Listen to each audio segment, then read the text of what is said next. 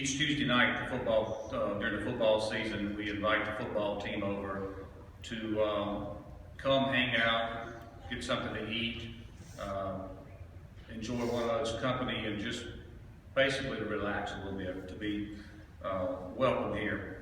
This is something I call intentional hospitality. It's a relationship ministry, I guess you'd call it. Much like a team, football team, no one person or any one group makes this happen. It's all of us together. I appreciate that. A brief history of the football ministry on Tuesday night is quite simply that we built a youth building in 2010, and George Dale had the idea of, in about August, actually a few weeks before football season started, but maybe why don't we invite the football team over on Tuesday night, and if they'd like to come, they could come. And so I said something to Coach Brown, who was our coach at that time, and he said, well, I'll mention it to him. And Coach Brown's a good fellow, not that enthusiastic a fellow, so he said, I'll mention it to him. So I had no idea who would show up or what. But anyway, got here, George had about 2 or 3 cheap 2-liter drinks set out, and a few little things for cookies, which would have been fine if we had 5 or 6 folks maybe.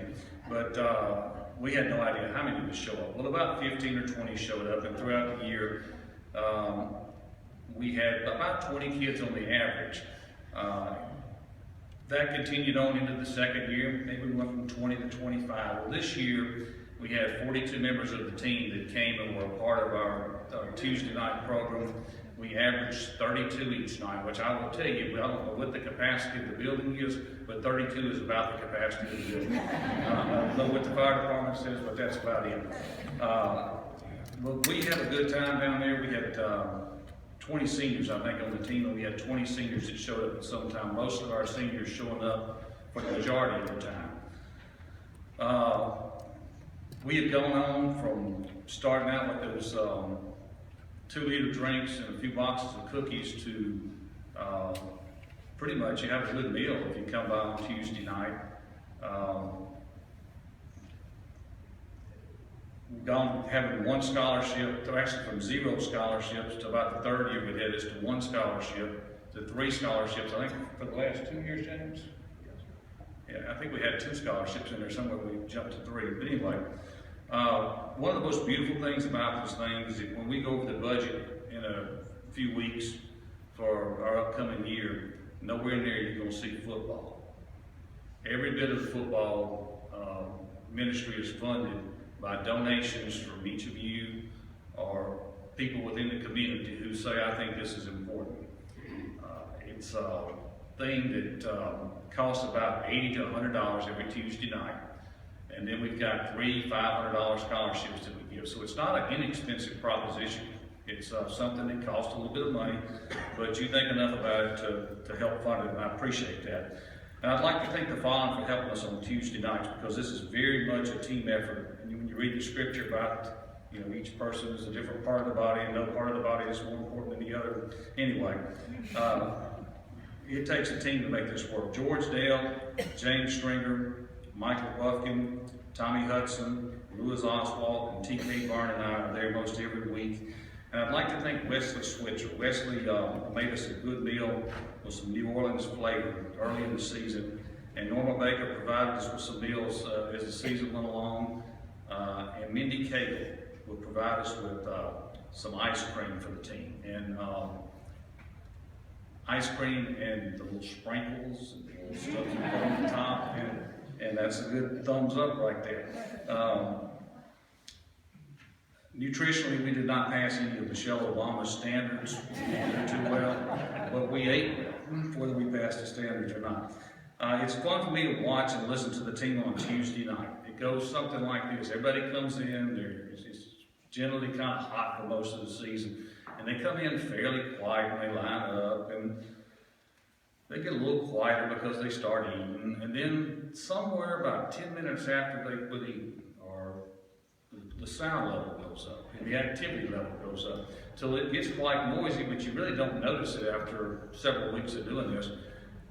This is a good thing, and I enjoy it very much, and I appreciate y'all. Thank you, Ricky. I'm going to introduce several people. We're going to clap for them, but let's just wait till the end. We'll do it all at one time. So, several folks I want to mention today. As Ricky mentioned, 20 seniors on the Clinton football team this year. Every one of the seniors was a part of what we did. It was fun at the banquet to look up at the pictures on the wall and you had some type of relationship or knowledge of every kid on the team. That was really good. So let me recognize first our scholarship winners. We'll go through these. First I want to recognize Rashad Taylor. Rashad was right here, right? He was a wide receiver of the team. He also held field goals and points after touchdowns. Sometimes those were a little more adventurous than others. Snaps weren't good. And Rashad was also our prayer leader on the Clinton prayer chant they do each week. And we're excited about that. One thing about Rashad, when we were giving the awards out the banquet a couple weeks ago, his name is spelled 3 different ways in the program in different places, and we didn't get it right. But Rashad, we promised you we're going to get your name right, Rachud, and give you the plaque with the correct name. You can turn your own name back to me, okay? We're glad to have Rashad here today. Carlos Thomas, right here. Carlos played linebacker. We call Carlos Mr. Sonic. If you're ever on Highway 80, he's there. He works a lot. He has to go to work sometimes, even when we finish. He was in a hurry today. He forgot his flag. I said, no, we're going to let you hold Rashad's extra flag. You can turn it back in.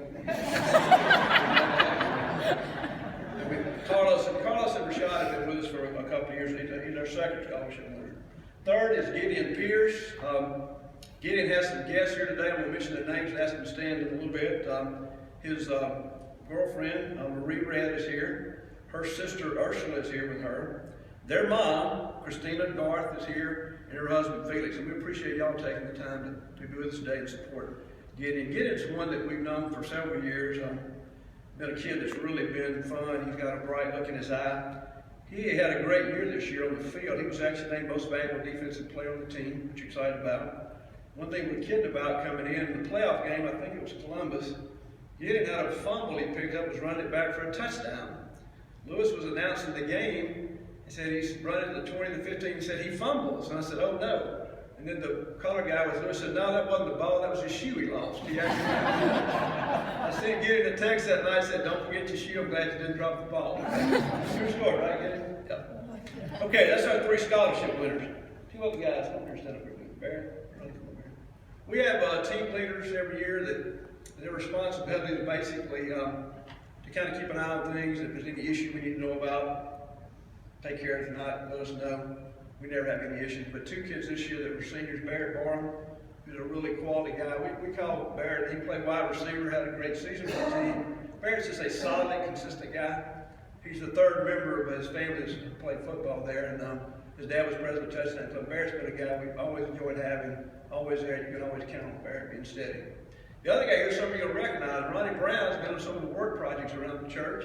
Jim Jenkins will remember. I think Ron Smith, he's helped a little bit. Ronnie had something happen this year that was different. I called him in, I think it was May. I said, Ronnie, we have a call list for work projects. I said, Ronnie, I've got a job. I need some work on. He said, String, I got some bad news. I just tore my ACL.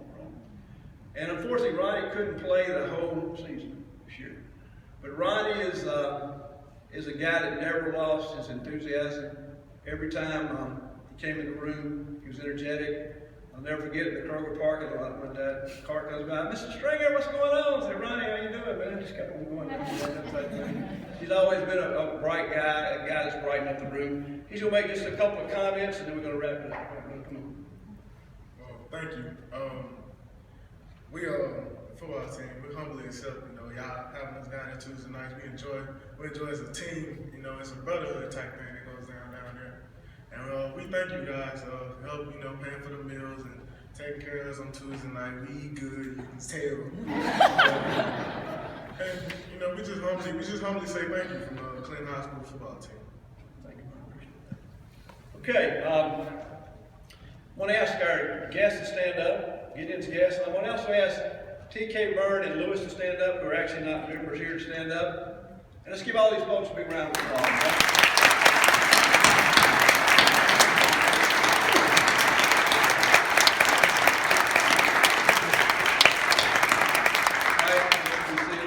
Two folks that are members I'm going to recognize, Michael Buffkin and Tommy Hudson. I'm telling you, if some of these folks leave, we're in big trouble. I don't cook well, and Ricky's better, but not great. So, Michael and Tommy are actually members that you know, and Tommy particularly, this was his first year, and Tommy, we thank you a lot. You were a lot of help, and he was there 13 straight weeks, and he was there every time. Okay, some closing comments. One thing that we get to do at the football banquet is meet some of the parents, which is a great joy to do. And I want to share with you a couple of comments that we got in at the banquet, or also from just encountering them in places. Several comments like this. My son talks about Tuesday night all the time coming to Northside. Another comment, thank you for what you do for our kids. Another comment, I don't have to worry about cooking supper for my kid on Tuesday night. Here's one that Ed and Linda Livingston, Dustin Thompson, and Cesar Camacho helped them this year. Get the Christmas decoration down, put them out, pick them up. Dustin's mom, and I want to share this with Ed, with you and Linda, told me, said, you know, Dustin feels like he just gained 2 new grandparents in his family, okay? And they made contact with him. Last but not least, Angela Neal, whose son TJ was one of our winners last year, who also son is Cam Akers. If you follow high school football, you'll know that name. I saw her at Lily's last week, Martha and I did. She said, I want to tell you what a blessing it is, what your church does for our kids. They feel like they're a place where they're safe, they can have fun, and people they care about them. That's a great compliment. Last comment I'll make before we close. Gideon's been a long-time member of what we do. A kid we've really come close to. Every day is not as easy for Gideon as it is for some people. But one night we're meeting, we're talking, Gideon's got a smile on his face, and I say, Gideon, I'm glad you're here tonight. He said, I feel like I belong here. I feel like I belong here. And what a higher compliment for somebody to pay you to say they feel like they belong. So we're proud of Gideon, and I think that sums up what we're about. We enjoy doing this. If you look at the picture that came out in the Clinton Courier, I think I told George this, there's no way you can put that cast of characters together and God not be involved in there somewhere. It's an interesting group of people. We have a great time, and we look forward to how God leads us in the future. When we finish today, please give these folks a warm welcome, and thank you for letting us take the time to share with you. Thank you very much.